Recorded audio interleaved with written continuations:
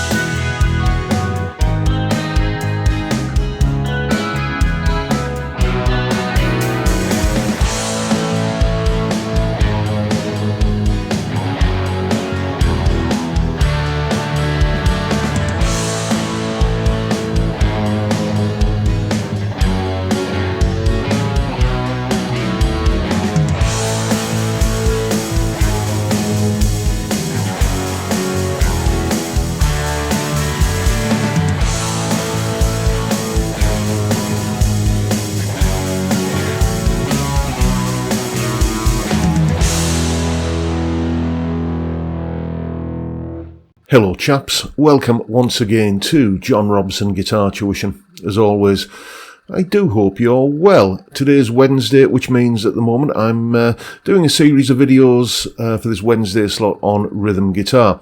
And what you just heard there was just a little jam track that I put together. It's the sort of thing I do when I'm bored. If I've got half an hour or an hour or so where I haven't got a lesson booked in or whatever, you can never have too many jam tracks, let's knock one together. And that was one of them. And I actually filmed that one specifically for today because what we're talking about in this episode of Rhythm Wednesday is tricky chord changes.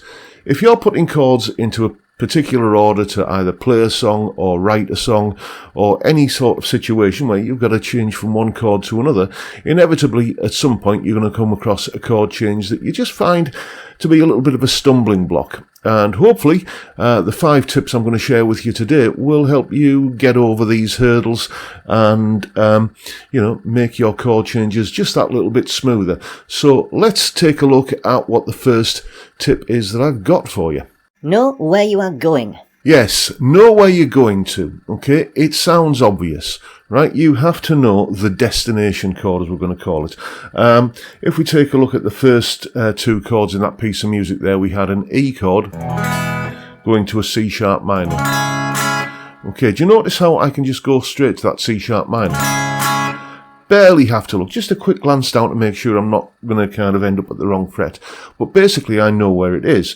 If, when you're doing a chord change, you find that you have to go, okay, there's the E, and then, yeah, here it is, and then your fingers do the little kind of, I call it the dither dance, where, they're getting the bearings and kind of, finding where they need to go, then you don't know the chord well enough. There's a world of difference between being able to put your fingers onto a chord successfully and get a good sound out of it when you're looking at the chord diagram and when you've got all the time in the world to get your fingers to the right place. There's a difference between that and just being able to go boom and land on it straight away. So if you can't do that, if you can't put, let's take the example of C sharp minor. If you can't put your fingers onto a C sharp minor chord as immediately as you can put your fingers onto an E chord, then You don't know the chord well enough. So that's the first thing.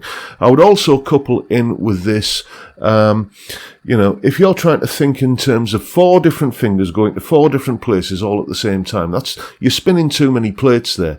Just think about one finger. If you can visualize where one finger's got to go to, then it would be, providing, as I say, you know the destination chord well enough, then let's say I get that finger in place, the other fingers will just kind of fall in around it. It's a little bit like, taking a phrase like saying the cat sat, everybody knows what completes that sentence, on the mat. And personally for me, when I'm going from an open chord to a bar chord, this is not the finger I'm thinking about, okay? Because you can see what happens as I'm going from the open chord to the bar chord. These 3 fingers are off in kind of orbit somewhere, and then they've got to find their own way home, okay? And that's more movement than necessary, and it will slow you down.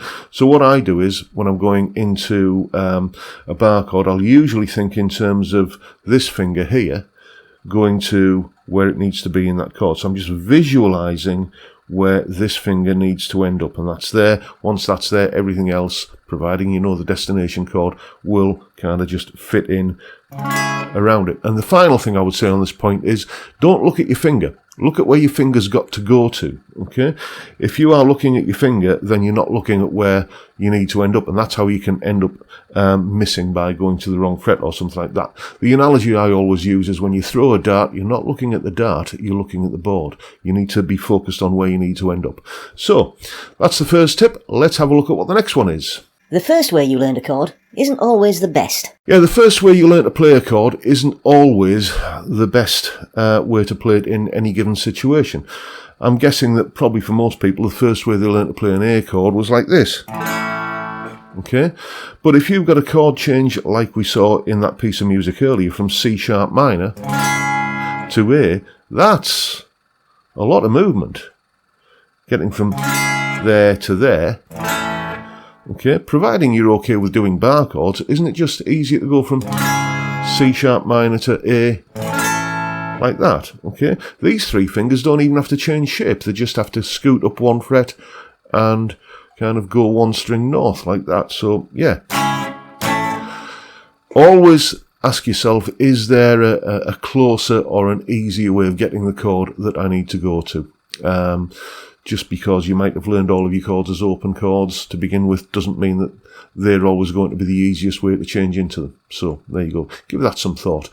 Next. You are not the bass player. Yes, you are not the bass player. In that piece of music earlier, there were a couple of chord inversions.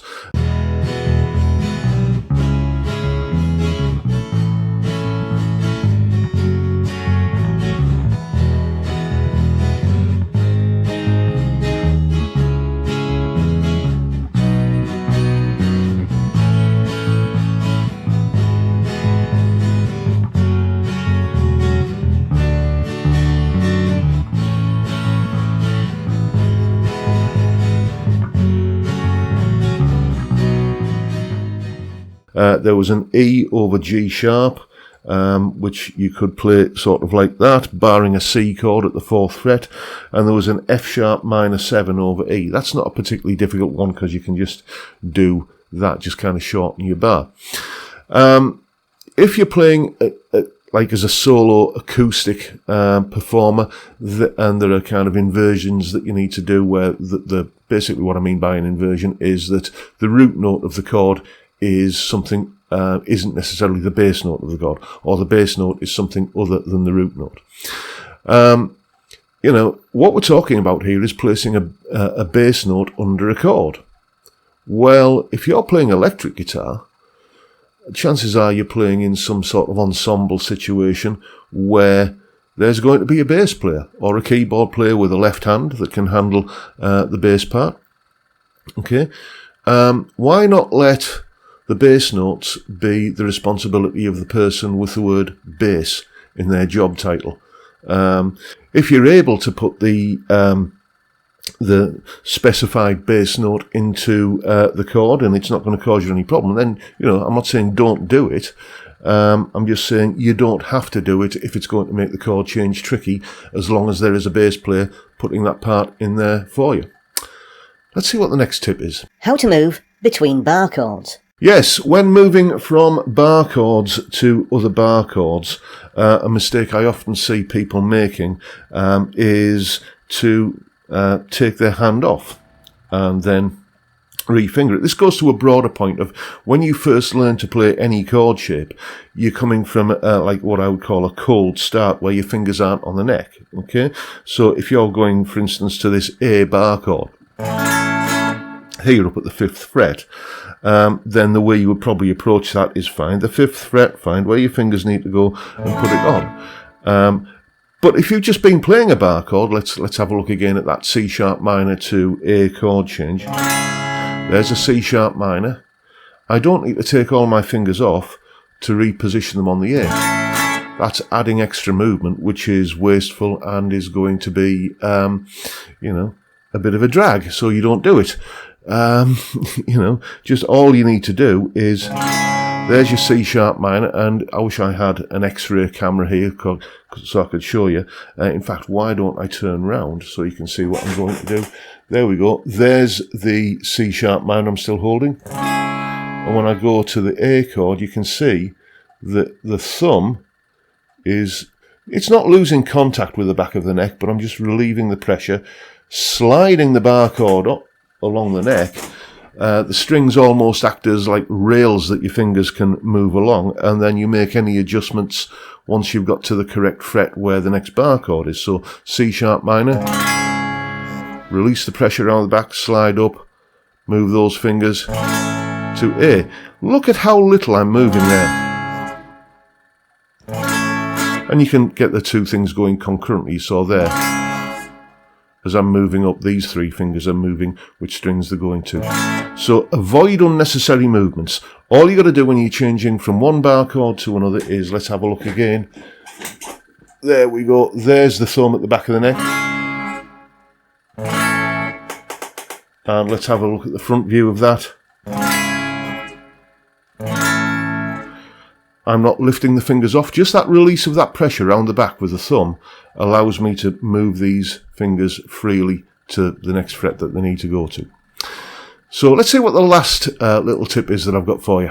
Refinger open chords when going to bar chords. Yeah, in that piece of music earlier, you will probably have noticed that there was an E chord going to a G sharp chord. And that's one way you could do it. In fact, I can't remember, I might have done it like that once or twice myself there. But it's not the most efficient way of doing it. If you know that you've got a G sharp chord coming up, then when you've got to start thinking about that is, you've got the E chord that comes before it, okay? And the chord which comes before that is a B chord, okay? So when I'm going from the B chord, I'm thinking, okay, I'm going to go to this version of the E chord, same shape, but I'm just not using the first finger. I'm using fingers 2, 3, and 4 rather than 1, 2, and 3. That then means all I've got to do is, when it comes to go to the G sharp chord, I just slide that shape up, like as I said earlier, like the strings are rails that my fingers are just kind of going up, and then drop that finger on behind it. Which looks more efficient and quicker. This, and then I've got to refinger everything and move it all up to here. Inevitably, these fingers are probably going to do that sort of dither dance, where they come off like here, like this, and that's adding more movement.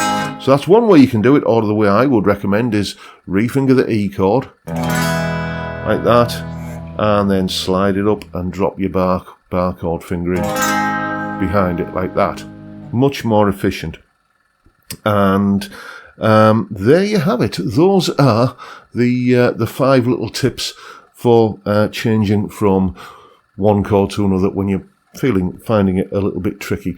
You can probably tell that the overriding theme throughout most of these is try to cut down on unnecessary movement, because unnecessary movement takes time, and that's basically you're trying to cram more movement into a shorter space of time, and that's what makes inevitably things feel tricky. I'll just mention that a full tab for that piece of music that we kicked off with, obviously as usual in both Guitar Pro and PDF formats, the video of me performing the piece of music and the audio as a jam track as well, all of that is up on my Patreon page. There's the address, link in the description. As I'm sure you know by now, $3 or £3 a month gets you access to all of these additional goodies that go along with these YouTube videos, and obviously a massive, massive thank you to everyone who supports me in that, or any of the other ways, all of which are also down in the description. And that's the video for today, folks. Hope you found that useful and informative in some small way, and if that's the case, please hit the subscribe button and the notification bell if you haven't already done so. And why not drop me a like as well while you're at it. Don't forget the live stream every Friday, 5 PM UK time. We drink beer and talk about stuff, music, guitars, whatever, TV quite a lot, quite often as well. It's just a great way to kick off the weekend, and I'd love to see you there if you can make it. But for now, I'll bid you all a good day and say thank you so much for watching. Thank you for your time. Look after yourselves, folks. Stay well, stay safe, and above all, stay sane. Bye for now.